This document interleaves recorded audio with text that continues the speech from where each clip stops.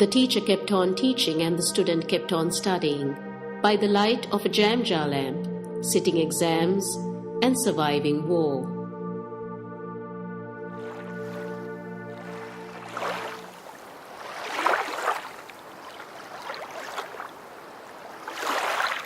As for education, it was, I think, the most horrendous period we have had.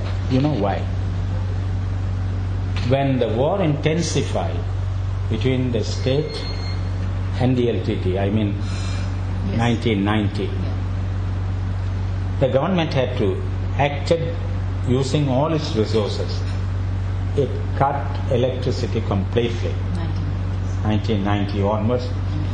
And there was an embargo on so many items like, say, torch batteries or blades or bicycle spares and things like that. Very essential things were not available. Drugs on top of it.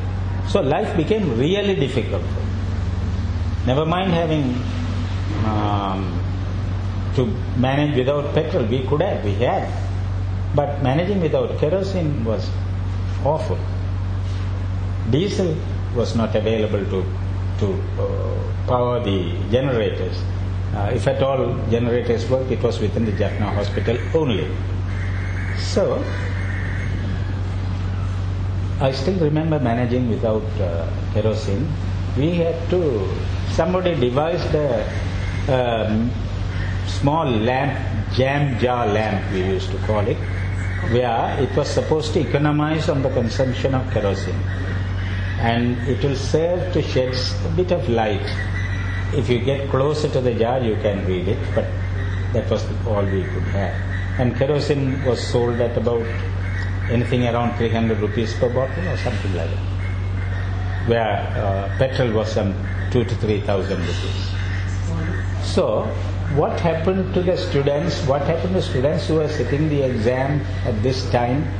It was the really interesting thing anybody should look into. I remember meeting the Vice Chancellor of the Jaffna University, Mr. Thuraraja then, the late Mr. Thuraraja. And he said, you know, in China during war times, students have even studied within bunkers, he said. Thuraraja was a man of international standing, but he knew, he was himself, he won't say anything that he cannot practice. He was a man who used to cycle all the way from Point Petrol to Jaffna University, some 20 miles daily, mind you. He was 55 then.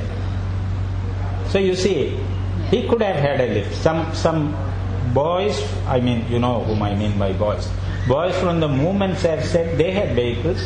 They have said, when they see him at Ballet Junction or somewhere cycling, they had halted to give him a lift. He had politely refused because he was such a principled man. If the average Jaffna man or his university student had to cycle all the way, then I had to. That was his stand. So those were really difficult days, and it was creditable that even during those times, and on top of it there was shelling, bombing and all that those things that would accompany a war were there. So, and students were studying. Of course, a fraction of the students had joined the movement. Off and on, some batch of students would be inducted to join some Shramadana work for the movement. I use a polite word, Shramadana, because to do something, to attend to the injured, to carry food parcels to the front where the fighting was on and things like that. Students would be called at short notice and you had to go. In spite of all that, the student and the examination results were fairly good during that period. They realized. So during the war, education, there public examinations were held, and the education officers, the directors here took all the trouble to cross the lagoon in fishing boats as the rest of the population, to go to Colombo, bring the question papers from the Commission of Examinations and conduct examination. There was no foul play, there was no pilferage, everything was perfectly done. University examinations, entrance examinations, O-levels, A-levels, everything went on. Teachers' colleges examination, everything went on nice. but people were inconvenienced. People were being displaced, moving from one place to another. The last phases of the war in the Venni, at Mullivaikkal, these names are just bywords in any household now.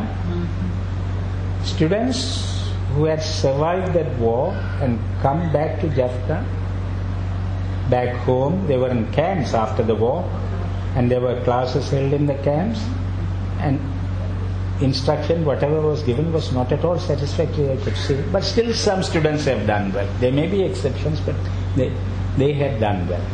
They had done well at the grade 5 examinations, they had done well at their O levels which they sat. So it goes to the credit, maybe to the support and encouragement from the parents who see nothing but education for the future.